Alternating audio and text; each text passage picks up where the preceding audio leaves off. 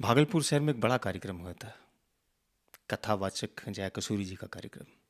उसमें आपने अखबार में बड़े बेबाकी तरीके से बहुत सारी चीज़ें लिख दी थी, क्या था प्रसंग? प्रसंग कुछ नहीं था। जया किशोरी जी मूल रूप से जो है कथावाचक नहीं है। और हम लोग जो धर्म को जानते हैं, गीता को जानते हैं, भगवत को जानते हैं, वो लोग हम लोग जान रहे हैं कि वहाँ भगवत कथा नहीं हुई, भजन हुआ और नाच गाना हुआ। भगवत के जो 18 अध्याय हैं उनकी पाठ नहीं हुई। पहली बात उनके मुख से, अलग पंडित जी लोग बैठ के किए। फिर बात ये है कि करोड़ों का लोग बोलते हैं कि चंदा हुआ। हम लोगों ने तो कोई हिसाब तो देता नहीं है। और बाद में बाजार में खबर आती है कि आयोजन में घाटा लग गया या नुकसान हो गया। तो ये व्यापार तो नहीं है।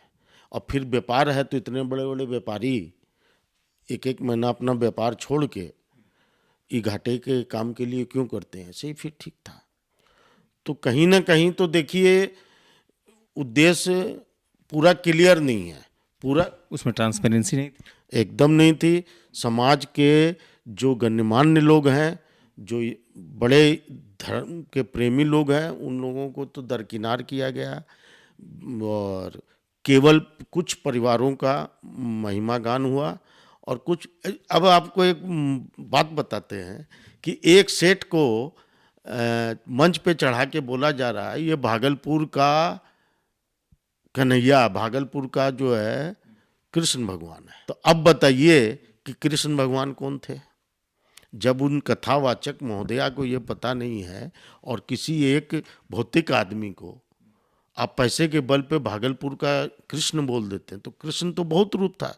कृष्ण छलिया भी था, कृष्ण चोर भी था, कृष्ण किसी का लाल भी था, कृष्ण तो दूसरों की पत्नियों के साथ जो है रास रचता था। तो वो कौन सा कृष्ण का रूप उसको बता? एक संगठन ने 8 लाख रुपया भाड़ा माफ कर दिया कि कोई गरीब जाता है शादी में कि भाई हमारे यहाँ गरीब की बेटी की शादी है तो आप इसमें कुछ, तो कोई रियायत नहीं है।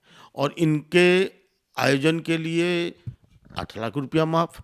तो ये तो बड़े लोगों का बड़ा खेल था इनके दावा मन। तो किया जाता है कि बड़ा सफल हुआ है कार्यक्रम। देखिए अभी आप कोई भी आयोजन कर लीजिए और उसमें खूब भजन कीर्तन कीजिए और पब्लिक प्लेस में भीड़ हो जाएगी। बड़े बड़े चेहरे भी तो आए थे। बड़े चेहरे जो आए थे, तो सामने 2024 के चुनाव हैं। तो क्या वो मतलब कार्यक्रम ना होकर के, एक धार्मिक कार्यक्रम ना होकर के, क्या राजनीतिक कार्यक्रम था? एकदम। ये जो अभी 2 कार्यक्रम गौशाला में हुए, एक श्री गौशाला का हुआ और एक उसके बाद ये हुआ, तो आप देखिए कि दोनों कार्यक्रम में गौशाला में ही हुए। गौशाला के कार्यक्रम में इस कार्यक्रम के अध्यक्ष नहीं है और इस कार्यक्रम में गौशाला के अध्यक्ष और महामंत्री और कमेटी नहीं है। अगर इस तरह से आप आक्षेप लगाते हैं, आरोप लगाते हैं, तो ये तो कह सकते हैं ना कि आप व्यक्तिगत तौर पर किसी को टारगेट कर रहे हैं। नहीं, व्यक्तिगत नहीं। आप एक बात बताइए, आपके घर के मैदान में, आपके घर के अंदर अगर कोई कार्यक्रम दूसरे संगठन के लोग आके कर रहे हैं और आप अपने आप को किसी रूम में पैक करके बैठे हुए हैं, तो विषय उठेगा कि नहीं? क्यों नहीं गौशाला के सदस्य थे? ये सारा पैसा बर्बाद हो गया। हाँ, क्या हुआ? आज आप बताइए कि उसका फायदा बताइए, समाज को क्या मिला? इतने इतने जो होते हैं कथावाचक, भागवत कथा जो होता है, फिर क्या ये समाज को तो फायदा होता है ना? समाज को नहीं, समाज के कुछ व्यक्तियों को फायदा होता। समाज को फायदा तब होता जब पूरी गीता का पाठ पूरे इत्मीनान से एक एक शब्दों के साथ लोगों को सुनाया जाता।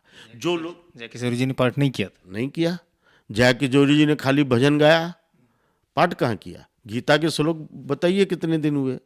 ये तो एक तरह से अभी जैसे मोहन भगवत जी आए, मोहन भगवत जी आए और इधर ये आई। तो मोहन भगवत जी को कोई माथे पे बिठा के अपने घर में श्रद्धा से इसलिए भोजन करा रहा है कि वो राष्ट्र पुरुष है। और कोई गीता को और भागवत को माथा पे रच के पूरे शहर घुमा दिया और चंदा कर लिया। तो ये क्या है? तो चंदा का व्यापारिक धंधा। संगठन एक है भागलपुर में, eastern Bihar chamber of commerce, और बहुत बड़ा हब है ये व्यापार का भागलपुर। बिहार में eastern chamber of Bihar commerce होने के बावजूद आपने एक संगठन बनाया भागलपुर चैम्बर ऑफ कॉमर्स नाम से। इसकी क्या जरूरत पड़ गई? इसकी ज़रूरत ऐसे पड़ी कि eastern Bihar chamber of commerce का मैं सेक्रेटरी रहा एक टर्म में, और शैलेंद्र सराफ साहब हमारे अध्यक्ष थे। हमने उस समय की ये योजना बनाई, और हम लोगों ने, जैसे गिरधारी जी केजरीवाल है, संथालिया साहब हैं, ऐसे बहुत से व्यापारियों पर जब आपराधिक हमले हुए, केडिया जी हैं, तब हम अपना मतलब जान का कीमत भूल के उन लोगों के लिए, अपराधियों के विरुद्ध खड़े हुए थे, और पूरा हम करते थे। तो मेरा एक विरोधी स्वर था।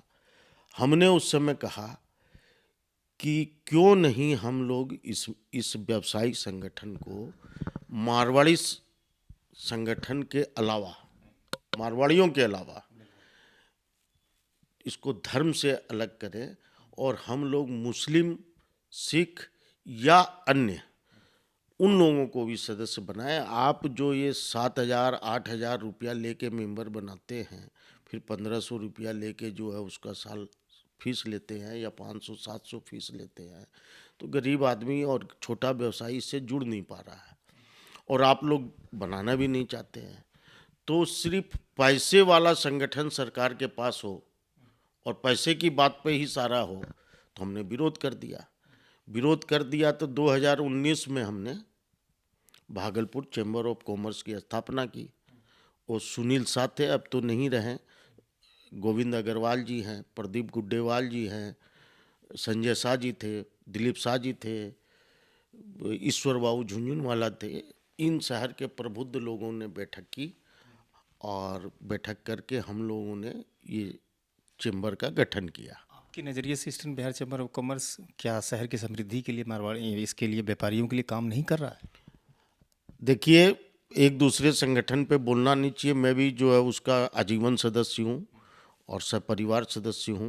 बोलना क्यों नहीं चाहिए? चूंकि आपको ये लगा कि ईस्टर्न बिहार काम नहीं कर रहा है, तभी तो आप उसके समतुल्य और समकक्ष एक बना लिए संगठन। काम करने की बात ये है कि न तो वो गरीब को देखना चाहते हैं, न वो मुसलमान को देखना चाहते हैं, न वो जो है और जात को देखना चाहते हैं। तो आखिर संगठन का फिर मतलब क्या होता है? संगठन के जो अध्यक्ष हैं ईस्टर्न बिहार के, श्री श्रवण कुमार भजौरिया जी, वो कहते हैं कि मुसलमान आएगा रजिस्ट्रेशन कराने तो मैं करूंगा। आप कहते हैं कि नहीं आते हैं। एक बात बताइए, अगर हम चल के टारगेट लेके ये सोच लें कि हमको 25 30 50 मुस्लिम समुदाय के व्यक्ति, अच्छे व्यक्तियों को, बड़े व्यापारियों को सदस्य बनाना है, तो हम तो व्यापार उनसे कर ही रहे हैं। आज सिल्क का सारा व्यापार उनसे कर रहे हैं। आज बड़े बड़े डॉक्टर हैं, डॉक्टर कामरान खान हैं, तो आप उनके पास जाइएगा कि आपको सदस्य बनाना है तो वो नहीं बनेंगे, तैयार बैठे हैं। लेकिन क्या है कि हमको बनाना नहीं है, और वो अगर एप्लीकेशन कर देंगे, उदाहरण दे रहे हैं हम सबूत के साथ, तो हम उसको रिजेक्ट कर देंगे। गौतम सुमन गर्जना पत्रकार हैं, और दीपक नौरंगी जी भी पत्रकार हैं। हम जब सेक्रेटरी थे तो दीपक नौरंगी जी को हम लोगों ने सदस्य आजीवन बनाया ईस्टर्न बिहार का। फिर जब श्रवण बाजोरिया जी को हम लोगों ने लाया, तो हमने उनको बोला कि आप गर्जना जी को बना दीजिए। उनका एप्लीकेशन गया, उनका सारा जो है पेमेंट गया, चेक गया, सब गया, और उनको नहीं बनाया गया, रिजेक्ट कर दिया गया, या किसी भी कारण से उनका आवेदन को दाब दिया गया और उनको नहीं बनाया। तो गरीब पत्रकार नहीं बन सकता। अगर पत्रकार 250 रुपया आपका महीने का चार्ज है, या 500 रुपया चार्ज है, या 1000 रुपया चार्ज है, देने तैयार था, तो आप उसको नहीं बनाए। क्यों नहीं बनाए? कि वो पत्रकार जो है आपके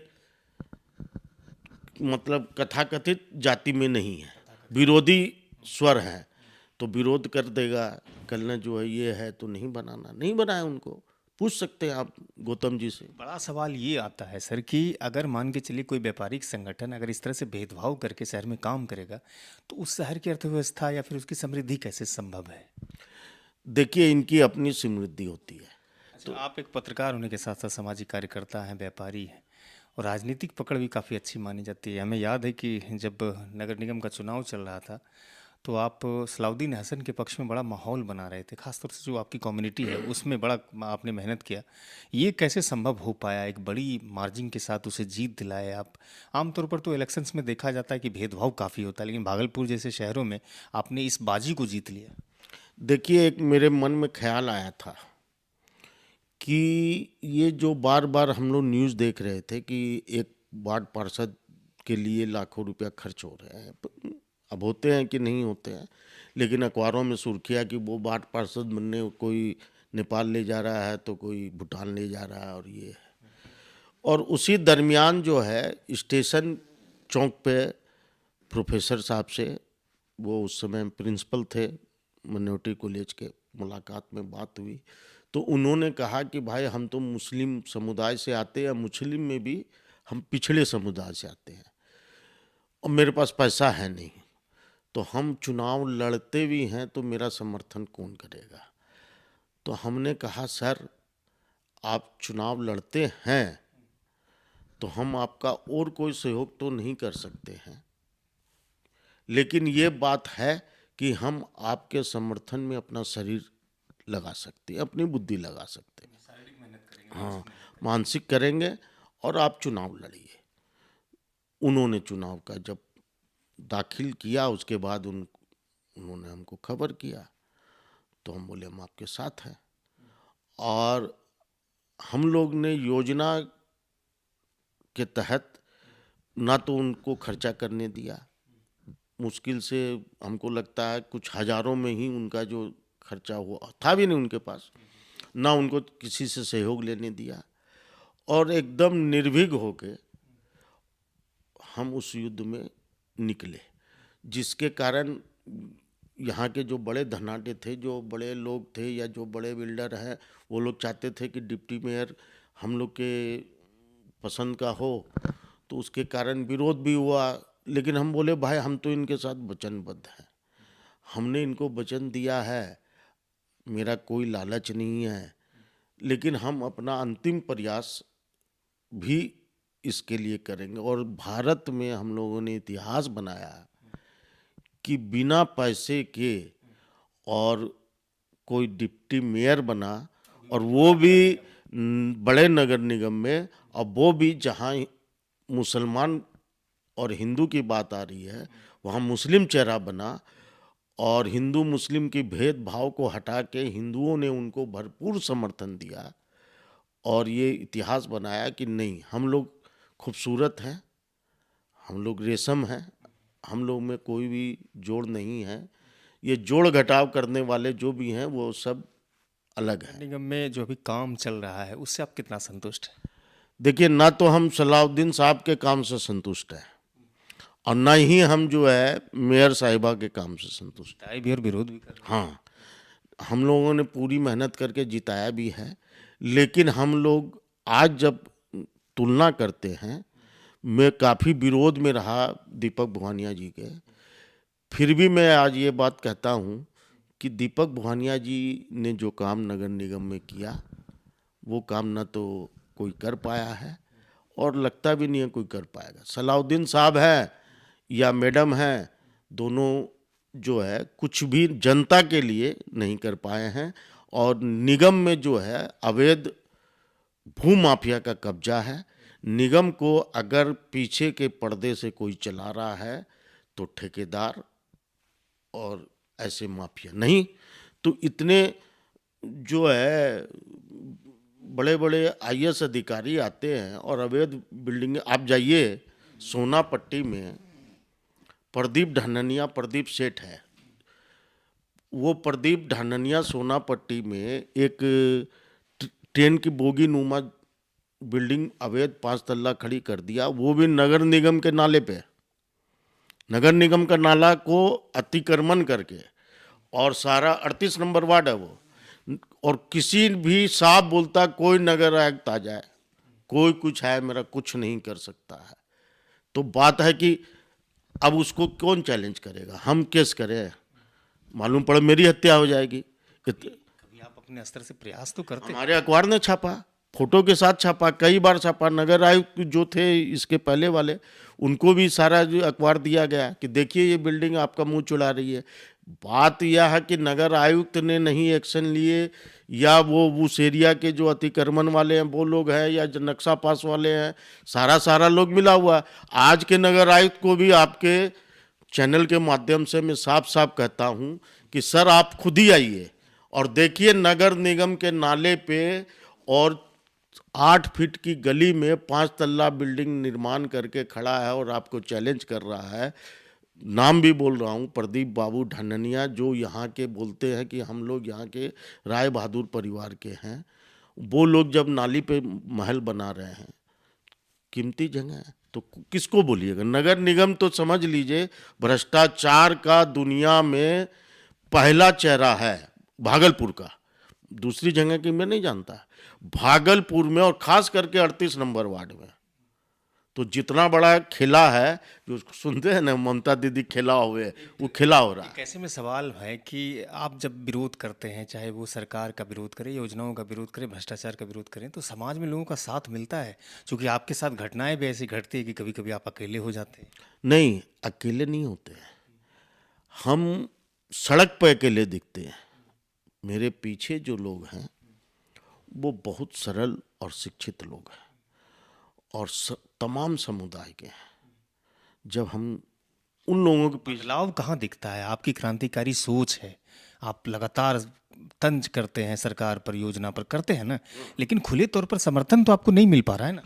कैसे नहीं मिलता? अगर नहीं समर्थन मिलता तो एक गरीब का बच्चा एक मुस्लिम में भी पिछड़े समुदाय शहर का नेतृत्व कर लेता। समर्थन मिल गया, आपने राजनीतिक रूप से सलाउद्दीन हसन को डिप्टी मेयर बनाने में अपने योगदान के, लेकिन जो आपने 5 मंजिला इमारत की बात की कि नाली पर निर्माण किया गया, तो उसका विरोध आप कर सकते थे, जन समर्थन जुटा सकते थे। क्योंकि शहर की दुर्दशा अगर होगी तो हम सबकी दुर्दशा होगी।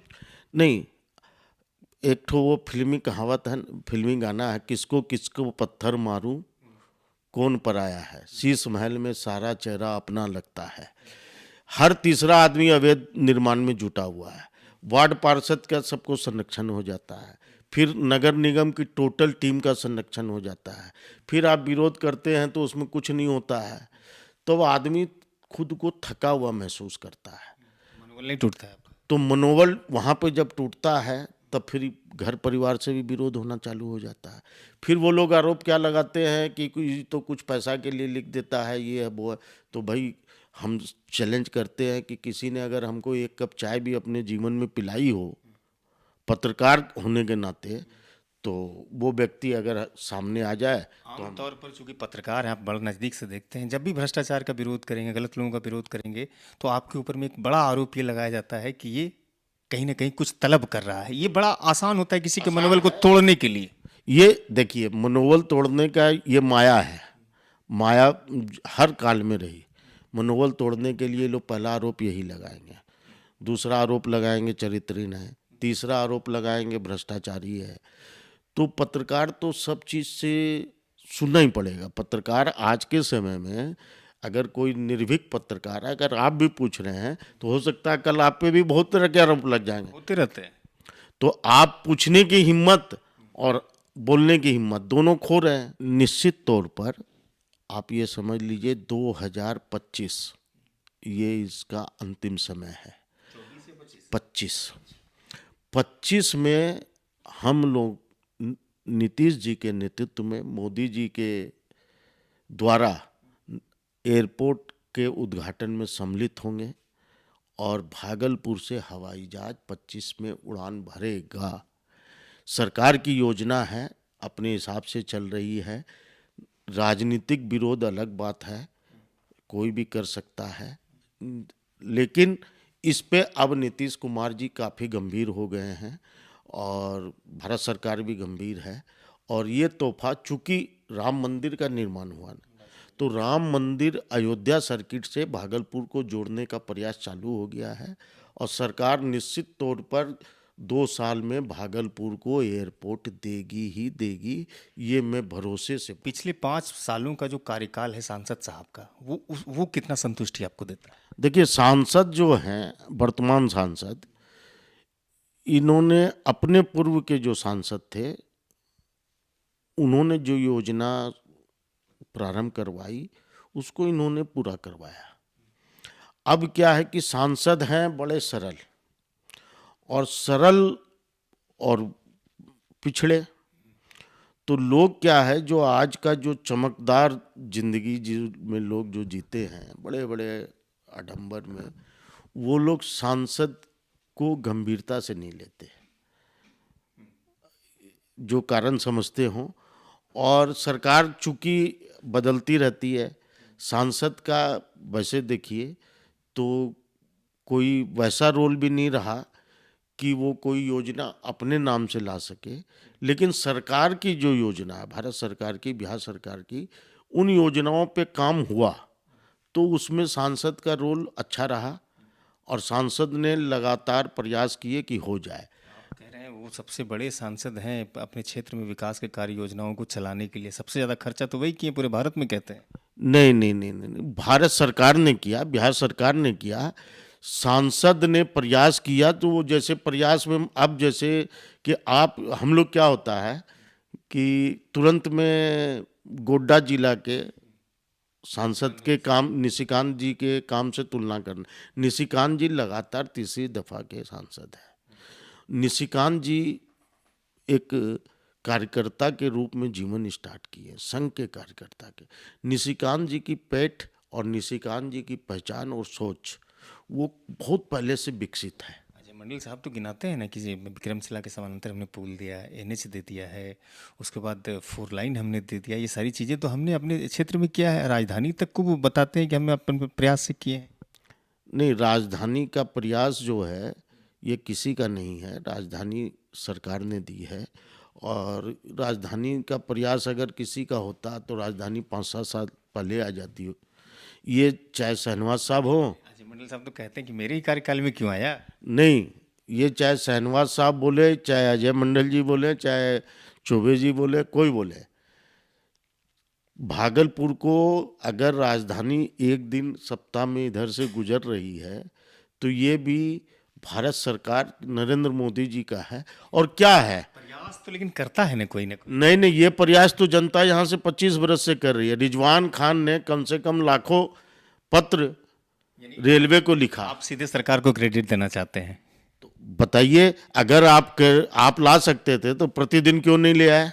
आप ला सकते थे तो सियालदह हावड़ा से चलने वाली कोई राजधानी को भी एक दिन क्यों नहीं ले आए? सरकार कोई योजना है तो हम भी ले आए। हम तब तो जो सांसद के हाथ में रेलवे का इंजन और राजधानी का इंजन है, वो जिधर चाहे घुमा लेंगे। वो नहीं होता है, ये सरकार का काम है।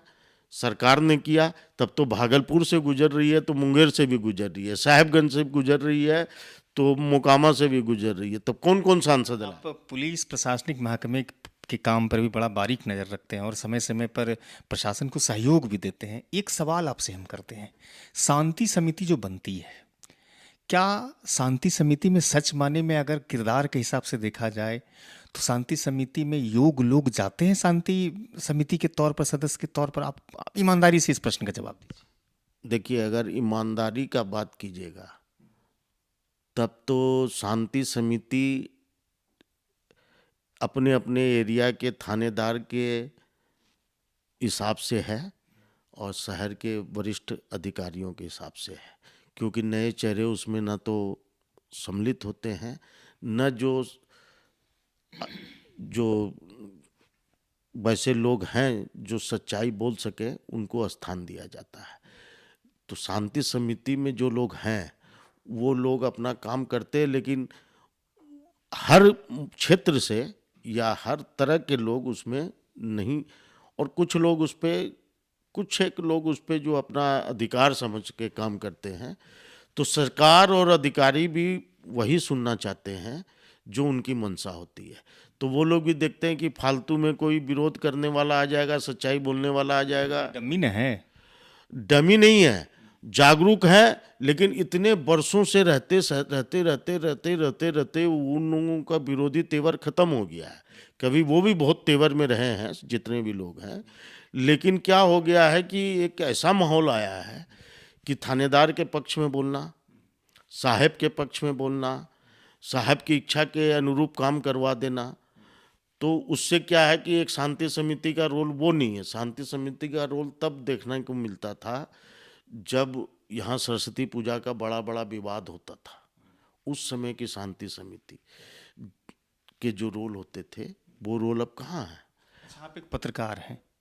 भागलपुर पुलिस की कार्यशैली को आप पत्रकारिता के नज़रिए से कैसे देखते हैं और एक आम शहरी के नागरिक से कैसे देखते हैं? अभी जो काम हो रहा है एसएसपी आनंद कुमार के नेतृत्व में, डीआईजी विवेकानंद जी हैं और नए डीएम साहब भी आए हैं, इनके नेतृत्व में काम कितना आपको संतोष दिलाता है? देखिए, डीएम साहब पे तो हम कुछ नहीं अभी बोल सकते हैं, क्या कि उनका तो काम अभी स्टार्ट ही हुआ है। और अभी जो स्टार्टिंग पीरियड में तो डीएम साहब बढ़िया काम दिखा रहे हैं और हम लोग की शुभकामना भी है कि बढ़िया हो। आनंद बाबू जो हैं वो एक मैच्योर्ड आदमी हैं, विवेकानंद जी भी मैच्योर्ड है, तो इनका प्रयास बेहतर पुलिसिंग के लिए लगातार हो रहा है, लेकिन शहर कंट्रोल नहीं हो रहा है अपराध के ग्राफ तो गिरे हैं। ना। अपराध के ग्राफ गिरे नहीं हैं, ये आईवास है।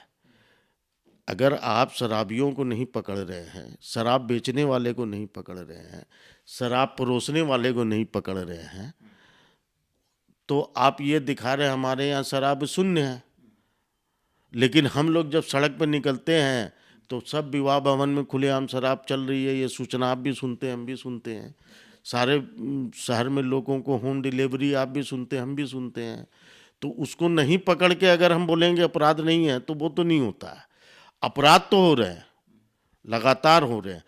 हाँ, आनंद बाबू ये कर रहे हैं कि अपराधियों की गिरफ्तारी और अपराध होने के बाद उस पे कार्रवाई जो है वो कड़ी कर रहे हैं ताकि अपराधी लगाम में रहे। गिरफ्तारियां भी हो रही है और ये भी हो रहा है, लेकिन अपराध कंट्रोल में नहीं है। शुक्रिया, बातचीत के लिए सिलसिले को ख़त्म करते हैं। Thank you. लालू शर्मा जी थे जो कह रहे थे कि खासतौर से जो नए जिलाधिकारी आए हैं, देखना होगा कि अच्छा काम कर रहे हैं, इसका संकेत तो दिए हैं, लेकिन पुलिस प्रशासनिक महकमे के जो कार्यशैली है उस पर थोड़ी सी असंतुष्टि व्यक्त करते हैं कि और बेहतर पुलिसिंग हो सकती है। शांति समिति के सवाल पर भी बड़े बेबाकी तरीके से बोले हैं कि शांति समिति का जो उद्देश्य है उस उद्देश्य को और भी अच्छे तरीके से पूरा किया जा सकता है। वीडियो अच्छी लगेगी तो साझा कीजिएगा, चैनल को सब्सक्राइब करिए।